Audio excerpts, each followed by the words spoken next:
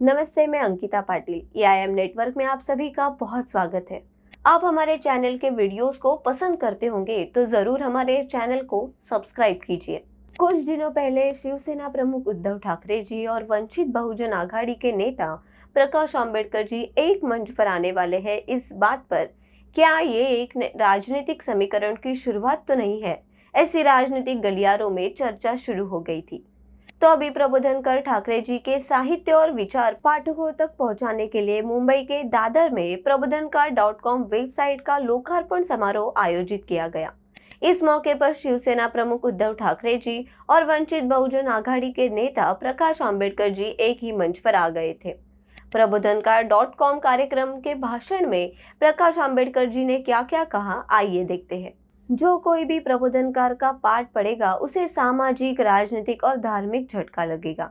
इस देश की हजारों वर्षों की गुलामी को प्रबोधनकार में 3 वाक्यों में प्रस्तुत किया है। देश का हजारों साल की गुलामी का इतिहास रहा है, लेकिन अगर हम इस व्यवस्था को नष्ट करना चाहते हैं तो हमें पहले मनुस्मृति से बाहर आना होगा। ऐसा वंचित बहुजन आघाड़ी प्रकाश आंबेडकर जी का कहना है।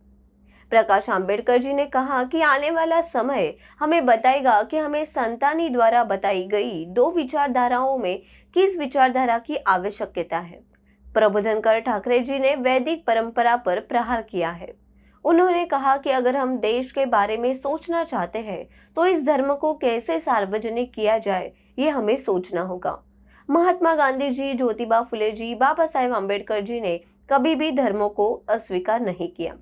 ज्योतिबा फुले जी ने सत्यशोधक धर्म की वकालत की, महात्मा गांधी जी ने वर्णाश्रम की वकालत की, तो बाबा साहेब आंबेडकर जी ने बुद्ध की प्रशंसा की। पर इन तीनों ने कभी भी धर्म को नकार नहीं दिया और कभी भी धर्म का खंडन नहीं किया, और इन तीनों का धर्म से कभी भी कोई टकराव नहीं था, क्योंकि धर्म जरूरी है। इसलिए उनका धर्मों द्वारा निर्धारित सामाजिक व्यवस्था से विरोध था। लेकिन बाबा साहेब आंबेडकर जी ने कहा कि सामाजिक व्यवस्था के सुधारों की आवश्यकता है, यह उन्होंने निर्धारित किया था। आगे प्रकाश आंबेडकर जी ये भी कहते हैं कि हमें याद रखना चाहिए कि जाति व्यवस्था एक देश है। हमें प्रबोधनकार को पढ़ना चाहिए। उन्होंने इस व्यवस्था की आलोचना की है। वर्तमान में वास्तविक संघर्ष लोकशाही और हुकुमशाही के बीच है। इसलिए हर मतदाता को ये तय करना चाहिए कि उसको हुकुमशाही चाहिए या लोकशाही। प्रकाश आंबेडकर जी ने कहा है कि एक राजनीतिक दल के तौर पर हम भी अपनी भूमिका मान रहे हैं। ऐसा प्रकाश आंबेडकर जी का कहना है।